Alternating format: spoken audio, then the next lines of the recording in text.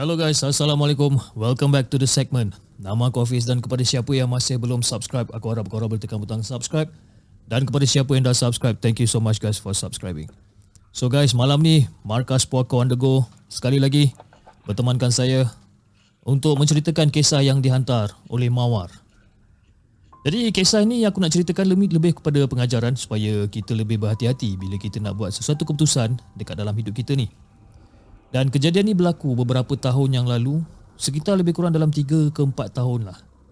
Dan waktu tu aku masih lagi menuntut di sebuah institusi pengajian tinggi yang terletak di selatan tanah air. Dan waktu aku belajar kat sana, banyak juga peristiwa mistik yang berlaku sama ada dekat atas diri aku ataupun dekat roommate aku yang lain. Daripada kisah saka, daripada kisah roommate aku tersepak anak bunian, daripada kisah gangguan ilmu silat, sihir, macam-macam lagi yang berlaku.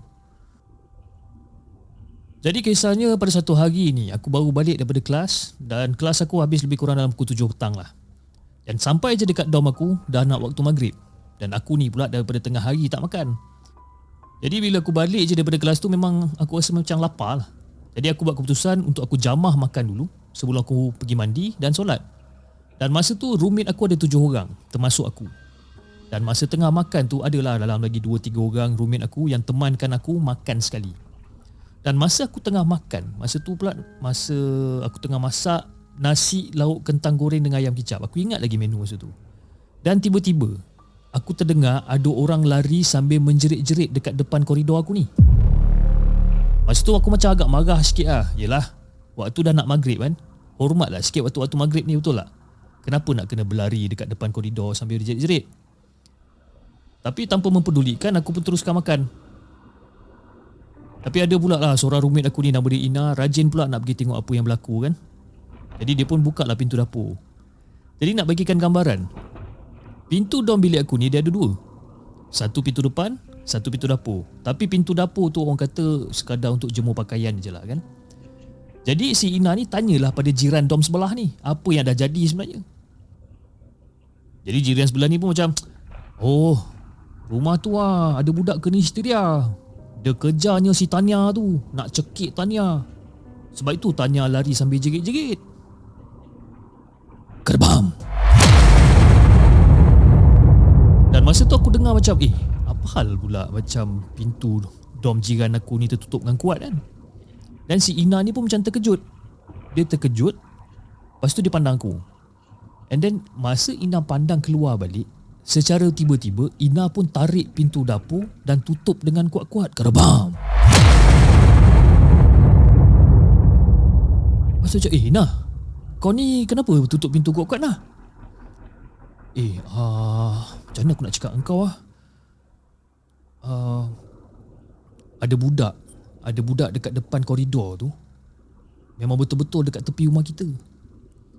Tapi dia asyik pandang aku je budak ni kan.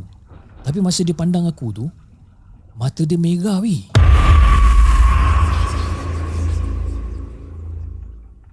Jadi aku pun macam terkejut lah kan. Jadi bila habis je Ina bagi tahu apa benda yang dia nampak, pintu dorm depan kita orang ni diketuk dengan kuat, macam nak roboh bunyi dia. Dan kita orang syak memang budak yang histeria tu yang ketuk. Dan masa tu masing-masing muka dah pucat lah. Jadi tunggu apa lagi lah masa tu. Semua pakat lari, tinggalkan makanan dan pergi masuk bilik masing-masing.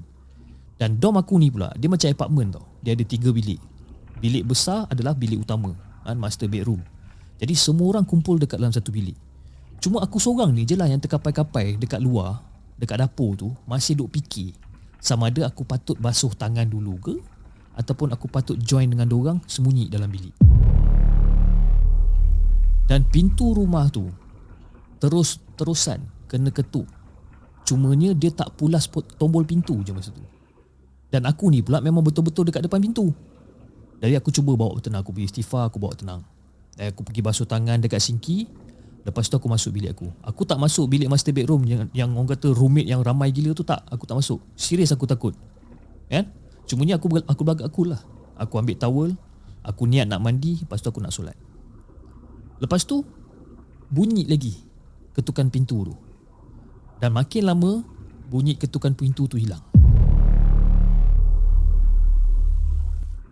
Jadi lepas bunyi ketukan pintu tu hilang, dengar pula bunyi hempas pintu dan jeritan yang tak tahu daripada dom yang mana. Jadi aku pergi mandi, aku solat. Lepas aku solat, aku zikir. Dan kemudian aku rasa macam ada orang datang dekat aku masa tu. Jadi lepas je aku settle solat, budak yang datang dekat aku tu bisik dekat aku. Kak, tu Tania minta tolong akak datang dekat bilik nombor 42 boleh tak? Dia kata ada budak kena histeria lah kak. Tapi masa tu kan aku lepas solat, aku tak jawab apa-apa lah, aku je sangguk je. Si Tania ni pula, dia adalah exco rohani dekat asrama aku. Jadi kalau ada apa-apa kes histeria ke, bacaan Yasin ke, jadi si Tania ni lah yang akan handle. Dan aku akan selalu bergandingan dengan dia menangani isu-isu histeria dekat blok asrama kita orang ni. Jadi si Tania ni pula, dia agak pandai lah juga bab-bab ruqyah ni sebabkan dia dah biasa duduk asrama. Sedangkan aku ni pula bergantung kepada bekalan semangat yang aku cuba kuatkan. Walaupun kadang-kadang menggigil juga kepala lutut ni. Jadi habis je solat, aku terus pergi ke dom 42.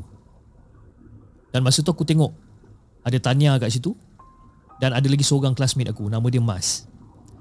Jadi aku pun tanya lah, weh, budak yang kena histeria tu kat mana? Jadi si Mas ni jawab, dia ada dekat dalam master bedroom, dekat bilik utama tu. Tapi dia tutup pintu kan? And kita orang pula semua orang tak berani nak buka. Dan housemate dia pula semua dah keluar sebabkan takut sangat-sangat. Jadi aku pun pakatlah dengan Tania, dengan Mas untuk buka pintu bilik utama sebab sama-sama kita orang nak tengok keadaan budak tu. Aku tak ingat nama budak tu, tapi kita namakan budak tu sebagai Senah lah. Jadi aku orang yang dipertanggungjawabkan untuk pulas tombol pintu bilik utama tu. Jadi si Tania dengan Mas ni orang kata sekadar untuk temankan aku lah. Kalau kena tekam ke apa ke, memang confirm aku yang akan kena dulu. Jadi aku baru je nak pegang tombol pintu tu, tiba-tiba aku dengar suara si Senah ni ketawa.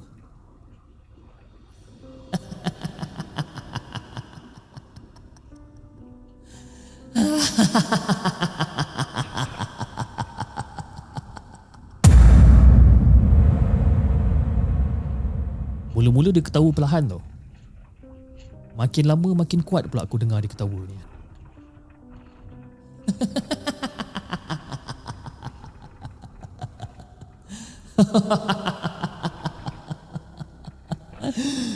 Kalau kau berani, kau buka lah pintu tu.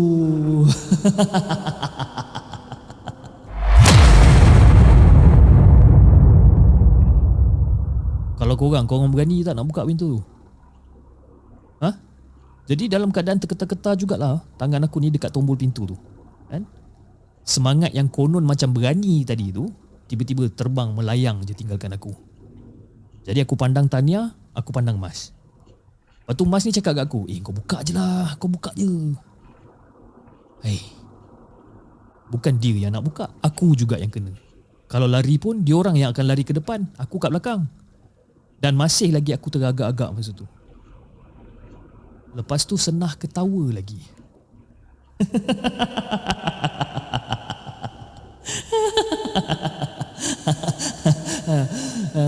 Ingatkan kau berani sangat, kau buka lah. Kau nak tengok aku kan?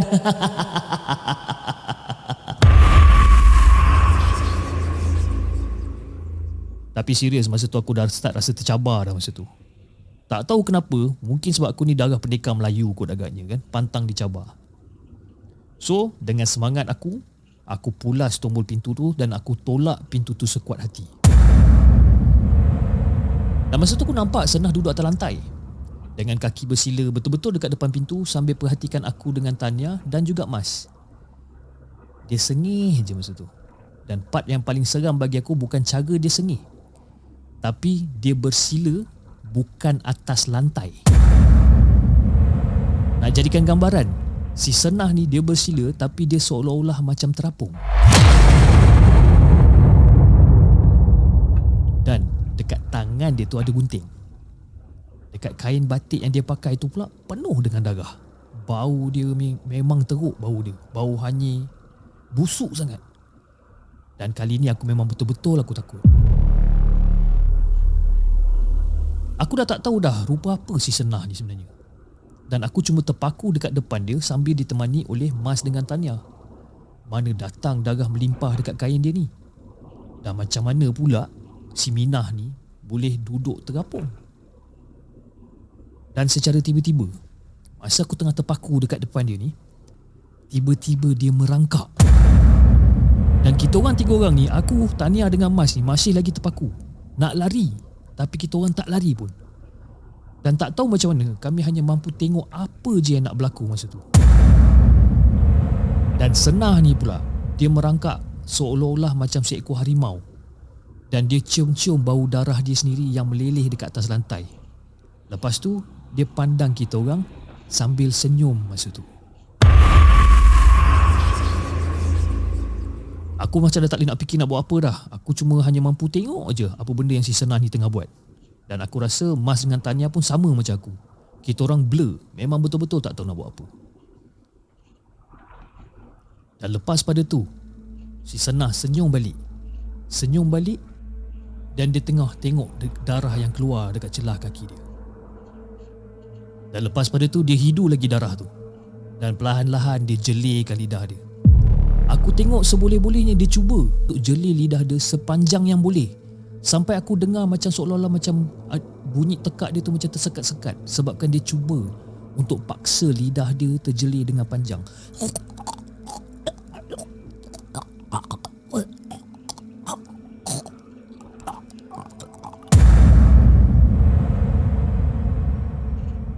Tapi dia punya jelir ni bukan sebarang jelir. Ada tujuan lain kenapa dia jelirkan lidah dia ni. Rupa-rupanya si Senah ni jilat darah dia sendiri yang ada dekat lantai tu. Aku tak tahu nak buat apa dah masa ni. Dan macam aku cakap tadi, aku hanya mampu tengok je. Dan makin lama makin laju dia jilat darah dia sendiri.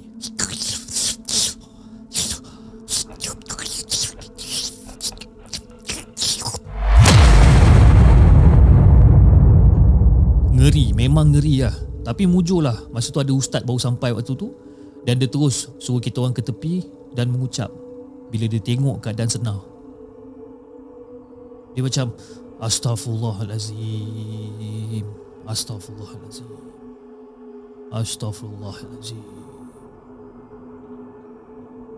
Dan ustaz ni pula dia bukan datang seorang. Dia datang dengan lagi 2 pensyarah lelaki kat situ. Ada fellow aku juga kat situ. Tapi sebabkan fellow aku ni penakut macam nak mati, dia tak nak duduk kat situ. Dia pun lari menyorok dekat dom sebelah masa tu. Jadi dengan tak membuang masa, ustaz tu pun laungkan azan masa tu. Allahu Akbar, Allahu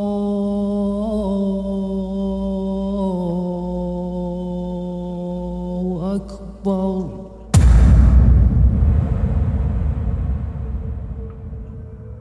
Jadi bila ustaz laung je azan masa tu, bila dengar je nama Allah tu, si Senah ni terus menggelupur masa tu. Dia menggelupur kat situ juga. Jadi korang bayangkanlah, dekat situ masa dia menggelupur tu, dekat situ jugalah tempat bertakungnya darah dia. Daripada darah dia yang masih tak berhenti mengalir daripada tadi, badan si Senah ni dipenuhi dengan darah. Memang geli masa tu. Bau dia jangan cakap lah, busuk gila. Jadi lepas pada azan tu barulah aku bertiga, aku, Mas dengan Tanya ni, kita orang macam baru tersedar daripada kita orang punya kakuan tadi tu. Jadi ustaz minta tolong kami untuk tutupkan aurat dini yang terdedah. Kamu bertiga, kamu tolong tutupkan aurat budak ni. Ambil lah apa-apa, towel ke kain ke apa ke, tutup aurat dia. Jadi aku pun capailah, towel siapa tah aku pun tak tahu, aku main ambil je. Aku tutup aurat dia, aku tutup rambut dia. Masa aku nak tutup rambut dia tu, dia tepis tangan aku. Dan sekali lagi, Senah kembali dengan posisi duduk. Tapi duduk ala-ala pahlawan je tu. Duduk macam ala-ala orang bersilat kan. Lepas tu dia mengekik masa tu. Dia bergelak-gelak masa tu.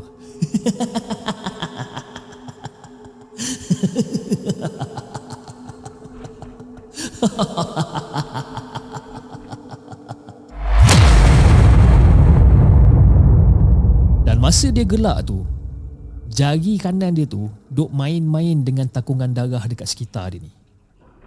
Dan masa tu ustaz suruh kita orang berzikir dalam hati tanpa henti.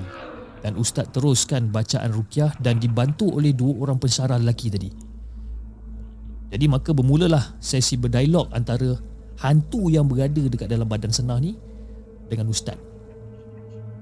Jadi ustaz pun tanya, aku nak tanya kau ni, kenapa kau ganggu budak ni? Dan jin tu pun terus terang je lah dengan apa yang berlaku. Dan jin tu pula dia bercakap dengan logat Indonesia. Aku memang sudah dipuja oleh anak ini. Aku memang sudah dipuja oleh anak ini. Dan aku mempunyai perjanjian dengan dia. Kau ada perjanjian apa dengan dia? Perjanjian apa yang kau dah buat dengan dia sebenarnya? Bagi tahu aku. Perjanjian aku sama anak ini. Anak ini lagi sedang hamil 3 bulan. Perjanjiannya ketika dia hamil selama 4 bulan, aku bisa mengambil janin bayi dalam kandungannya. Dan selepas aku mengambil janin bayi dalam kandungannya, dia akan menjadi dara semula. Tetapi ketika usia kandungannya 3 bulan, dia telah kehilangan bayinya. Maka aku cuma mahu menuntut hak aku. Aku mahu mengambil janin dia seperti mana perjanjian kami.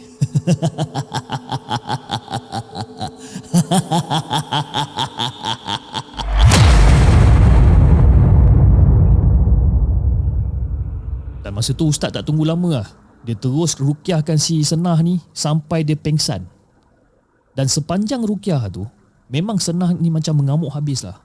Dan suara dia pun bertukar menjadi lebih garau. Dan bila dia dah lemah, ustaz terus call ambulans untuk datang. Sebab kan nak bawakan si Senah ni pergi ke hospital. Jadi bila ambulans sampai je, kita orang terpaksa letakkan Senah ni dekat atas tilam single. Sebab itulah satu-satunya cara nak bawa Senah turun daripada aras 4 ke bawah. Dan Senah ni pula keadaan dia orang kata dalam separuh sedar. Dan masa angkat tu, serius aku cakap, Senah ni berat gila. Lebih kurang dalam 7 orang jugalah pegang tilam tu dan terpaksa bawa turun. Termasuk ustaz dan 2 pensyarah lelaki tadi. Tapi tetap gunakan sepenuh kudrat kami untuk angkat dia. Dan lepas tu pun Senah dibawa ke hospital. Maka selesailah semuanya hampir menjangkau lebih kurang dalam pukul 11.30 malam. Jadi bila selesai dah semua tu, ustaz ada panggil salah seorang roommate Senah ni untuk ceritakan apa yang berlaku sebenarnya. Jadi si roommate Senah ni pun ceritalah. Dia kata pada waktu maghrib tadi Senah ada masuk bilik air untuk mandi. Tiba-tiba diorang terdengar macam bunyi benda yang jatuh dekat bilik air. Kuat sangat. Jadi diorang dah agak lah mungkin si Senah ni tergulik dekat dalam bilik air kan. Dan diorang tanya kat Senah ni kan? Tapi Senah ni jawab okey je, tak ada masalah apa pun. Jadi si roommate ni pun tak adalah syak apa-apa. Dan tak lama lepas tu Senah keluar daripada bilik air tu. Dan masa tu lah Senah dah start lain macam dah. Dia jeling-jeling semua orang dan halau semua orang keluar daripada bilik sambil marah-marah. Dan masa tu mata Senah ni macam merah. Dan roommate ni macam takut lah. Dan masa roommate dia tu takut, dia terus panggilkan si Tanya. Dan Tanya tu datang dan cuma bacakan ayat kursi je masa tu. Tapi Senah terus ambil gunting dan kejar si Tanya ni. Sebab itulah si Tanya dia duduk lari lintang pukang dekat bahagian koridor masa tu. And then lastly, roommate Senah yang paling rapat dengan dia pun buka lah cerita. Ustaz, sebenarnya Ustaz, Senah ni dulu baik budak ni Ustaz. Baik dia tu sampai kita takkan dengar lah. Kita takkan dengar yang dia pernah ada hubungan dengan mana-mana lelaki pun Ustaz. Walaupun sebagai orang kata walaupun sebagai kawan lah Ustaz. Ustaz, dia pakai purdah dan memang berlitup lah orang kata. Kemudian Senah dapat sambung belajar dekat Mesir. Dan bila beberapa bulan dia dekat Mesir, ada sesuatu kejadian yang menimpa dekat Senah ni Ustaz. Dia kena rogol kat sana Ustaz. Kena rogol dengan orang Arab. Disebabkan dia rasa malu, dia rasa down sangat-sangat, Senah terus tak nak, orang kata tak nak continue belajar kat sana Ustaz. Jadi si Senah ni pun telefon ayah dia dan minta pada ayah dia untuk dia berhenti belajar dekat Mesir tu dan lanjutkan pelajaran dia dekat dalam Malaysia. Jadi ayah dia ni setujulah Ustaz. dan dia pun dah dibawa balik ke Malaysia. Cumanya Senah tak pernah bagi tahu siapa-siapa pun, walaupun ahli keluarga dia, apa yang sebenarnya berlaku dekat Mesir yang dia kena rogol dengan Pak Arab tu, Ustaz. Sebabkan dia kata dia terlalu malu untuk ceritakan semua benda. Lagi-lagi pula, Ustaz, ayah Senah ni dia seorang imam dekat kampung tu. Jadi mungkin Senah takutlah kalau orang kampung tahu, ayah dia pun akan dapat malu. Jadi bila dia dah balik ke Malaysia, Ustaz, dia tu dah makin tertekan, Ustaz. Dia dah jadi makin liar dan dia rasa diri dia kotor sangat. Lepaskan kena rogol dan dia rasa dia dah tak ada maruah dan harga diri lagi dah. Maka dia pun start lah, Ustaz, berfoya-foya dengan rapai lagi sampaikan dia ni mengandung. Tapi bila dia dah mengandung, Ustaz, boyfriend dia ni ada bawa dia pergi jumpa satu bomoh, kononnya nak gugurkan janin. Sebab apa? Sebab diorang tak ada duit nak gugurkan janin tu dekat hospital. Dan Tok Bomoh tu pula bagi perjanjian macam tu lah, Ustaz, dekat dia. Dia kata kena tunggu sampai baby tu 4 bulan, nanti dia akan gugur sendiri. Tapi malangnya, Ustaz, waktu kandungan Senah 3 bulan, dia jatuh bilik air dan tumpah darah. Jadi macam itulah cerita dia. Waktu tu Ustaz tak bagi kita orang sebarkan cerita tu. Kata Ustaz, kalau ada orang luar yang tahu, maknanya benda ni semua datang daripada mulut kita orang sendiri. Jadi esoknya tu aku dapat tahu daripada roommate Senah, ayah dan mak Senah datang hostel. Diorang ambil semua barang-barang Senah dan berhentikan Senah belajar. Muka ayah Senah seolah-olah macam menanggung kesedihan yang amat sangat lah, sebabkan tak sangka semua benda tu akan berlaku pada anak dia sendiri.